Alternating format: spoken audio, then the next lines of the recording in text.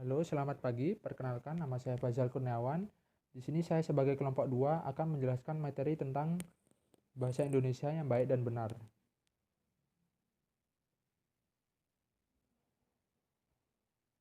Dimulai dari bab pertama, yaitu pendahuluan, di mana bab ini akan menjelaskan tentang latar belakang, tujuan, dan rumusan masalah. Lalu ada bab kedua, yaitu isi, di mana bab ini akan memberikan penjelasan tentang bahasa Indonesia yang baik dan benar, kesalahan umum, dan penggunaan bahasa. Lalu ada bab ketiga, yaitu kesimpulan, di mana bab ini akan memberikan kesimpulan dari materi yang telah disajikan. Lalu ada pula daftar pustaka sebagai sumber referensi materi. Kita mulai dengan bab pertama, yaitu pendahuluan. Latar belakang. Bahasa Indonesia yang baik telah diketahui oleh masyarakat luas dan banyak ditemui dalam kehidupan sehari-hari. Namun pengenalan istilah saja tidak menjamin masyarakat untuk memahami konsep dan makna dari istilah bahasa Indonesia yang baik dan benar. Hal ini terbukti dengan masyarakat Indonesia yang cenderung berpendapat bahwa bahasa Indonesia yang baik sama dengan bahasa Indonesia yang baku atau bahasa Indonesia yang benar. Masyarakat Indonesia kebanyakan baru memahami bahasa Indonesia yang baik dan benar ketika sudah menginjak usia dewasa, dan itu bukan dari kehendak diri sendiri, namun karena keperluan saja. Contohnya yaitu demi memenuhi tugas atau pekerjaan sehingga kurang adanya kemauan diri sendiri, dan itu mengakibatkan masyarakat di Indonesia tidak dapat berkomunikasi dengan bahasa Indonesia yang baik dan benar. Dengan gambaran kondisi seperti demikian, di mana pengetahuan masyarakat yang kurang dan terbatas, dan juga kurangnya kesadaran diri sendiri dalam penggunaan bahasa Indonesia yang baik dan benar dalam kehidupan sehari-hari. Makalah ini akan membahas tentang pengertian bahasa Indonesia yang baik dan benar, cara berbicara bahasa Indonesia yang baik dan benar dalam kehidupan sehari-hari, serta manfaat menggunakan bahasa Indonesia yang baik dan benar. Rumusan masalah. Yang pertama adalah apa yang dimaksud bahasa Indonesia yang baik dan benar. Lalu yang kedua, bagaimana cara menggunakan bahasa Indonesia yang baik dan benar. Dan yang ketiga, apa saja manfaat penggunaan bahasa Indonesia yang baik dan benar. Lalu ada tujuan makalah. Yang pertama, mengetahui arti bahasa Indonesia yang baik dan benar. Lalu yang kedua, mengetahui cara menggunakan bahasa Indonesia yang baik dan benar. Dan yang ketiga adalah mengetahui manfaat dari bahasa Indonesia yang baik dan benar. Lalu kita akan lanjut ke bab 2, yaitu isi.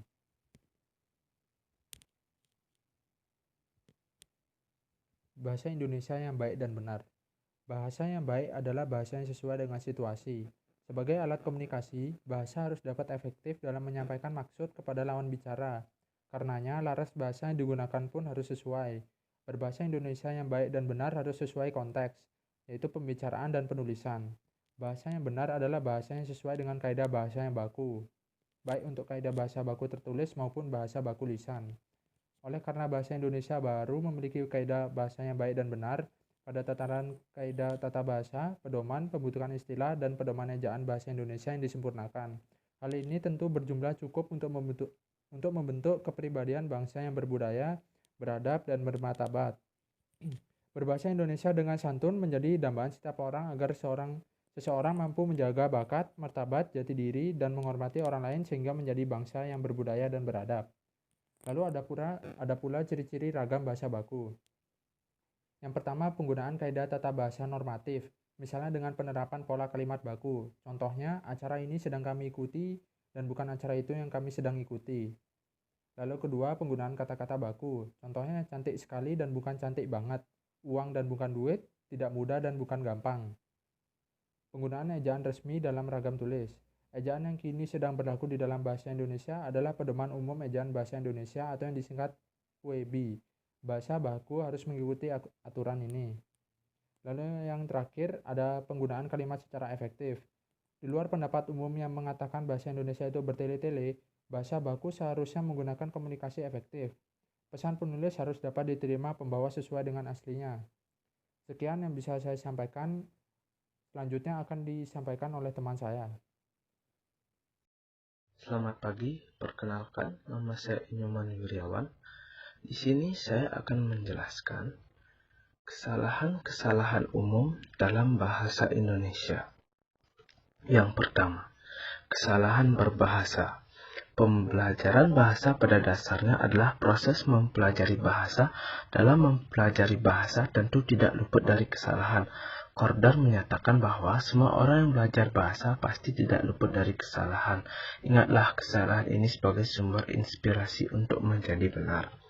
Yang kedua, kesalahan umum yang terjadi. Bahasa merupakan sistem komunikasi yang kompleks sebagai penghubung kita dengan lawan bicara kita yang digunakan sehari-hari. Berbahasa Indonesia yang baik dan benar erat kaitannya dengan pemilihan kata yang tepat dan di dalamnya terkandung maksud dan tujuan yang ingin disampaikan, serta mengikuti kaidah berbahasa yang baik dan benar. Nomor 3. Penggunaan bahasa Indonesia yang baik. Bahasa Indonesia yang baik dan benar dapat diartikan pemakaian ragam bahasa yang serasi dengan sasaran dan di samping itu mengikuti kaidah bahasa yang benar.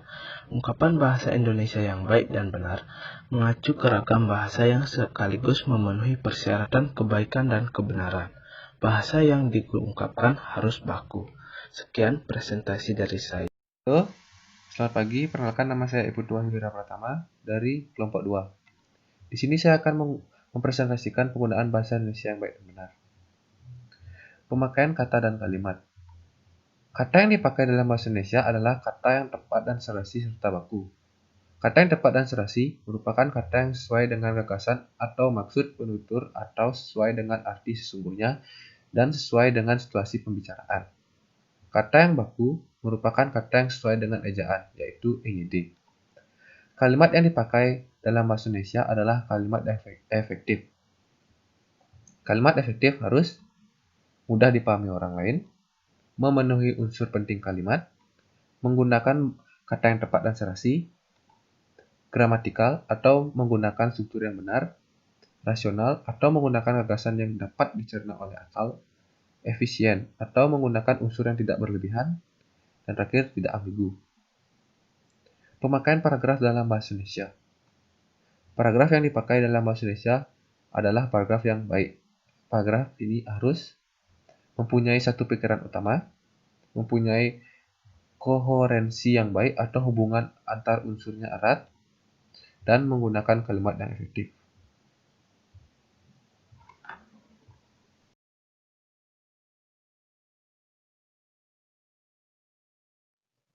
Selamat pagi, perkenalkan nama saya Antonio Egiovaldo Surya Ramak. Saya akan menjelaskan tentang manfaat bahasa yang baik dan benar. Yang pertama, mempermudah dalam berkomunikasi.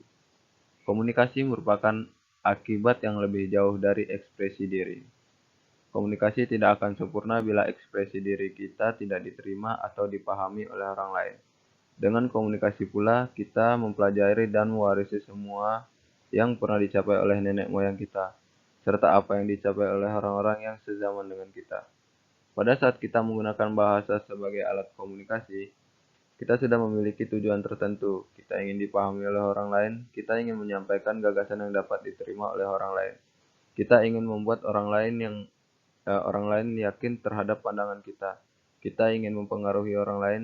Lebih jauh lagi, kita ingin orang lain membeli hasil pemikiran kita. Jadi, dalam hal ini, pembaca atau pendengar atau sasaran menjadi perhatian utama kita.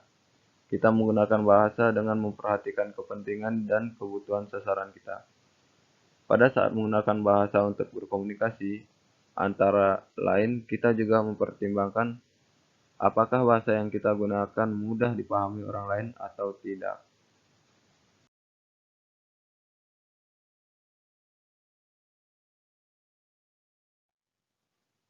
Yang kedua, mempermudah kita untuk berintegrasi dan beradaptasi.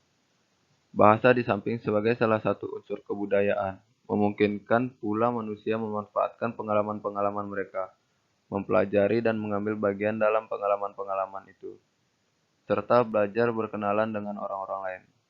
Anggota-anggota masyarakat hanya dapat dipersatukan secara efisien melalui bahasa. Bahasa sebagai alat komunikasi lebih jauh memungkinkan tiap orang untuk merasa dirinya terikat dengan kelompok sosial yang dimasukinya, serta dapat melakukan semua kegiatan kemasyarakatan dengan menghindari sejauh mungkin bentrokan-bentrokan untuk memperoleh efisiensi yang setinggi-tingginya. Ia memungkinkan integrasi atau pembauran yang sempurna bagi tiap individu dengan masyarakatnya. Cara berbahasa selain berfungsi sebagai alat komunikasi, berfungsi pula sebagai alat integrasi dan adaptasi sosial. Pada saat kita beradaptasi kepada lingkungan sosial tertentu, kita akan memilih bahasa yang akan kita gunakan bergantung pada situasi dan kondisi yang kita hadapi. Kita akan menggunakan bahasa yang berbeda pada orang yang berbeda. Kita akan menggunakan bahasa yang non-standar di lingkungan teman-teman dan menggunakan bahasa standar pada orang tua atau orang-orang yang kita hormati.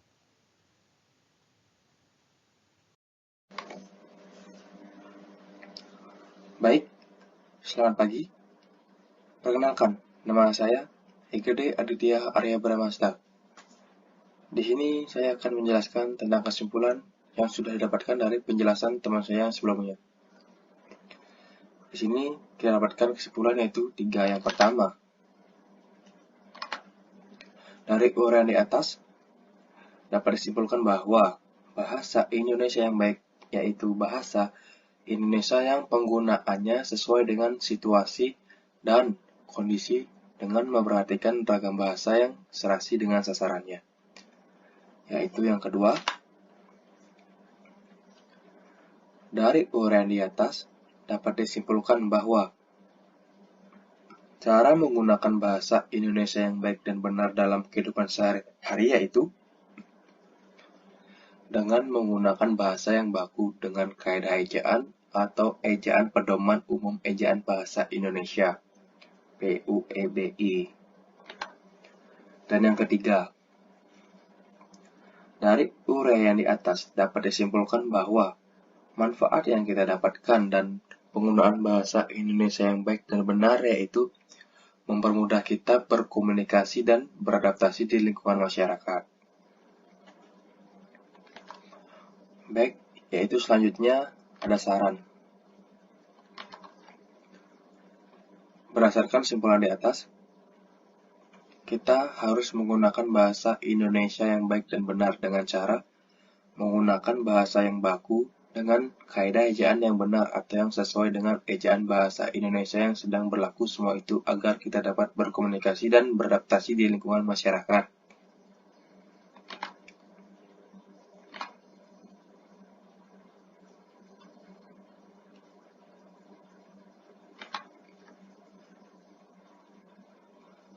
Baik, mungkin itu saja yang bisa saya sampaikan. Bila saya ada salah kata, saya mohon maaf. Dan sekian, terima kasih.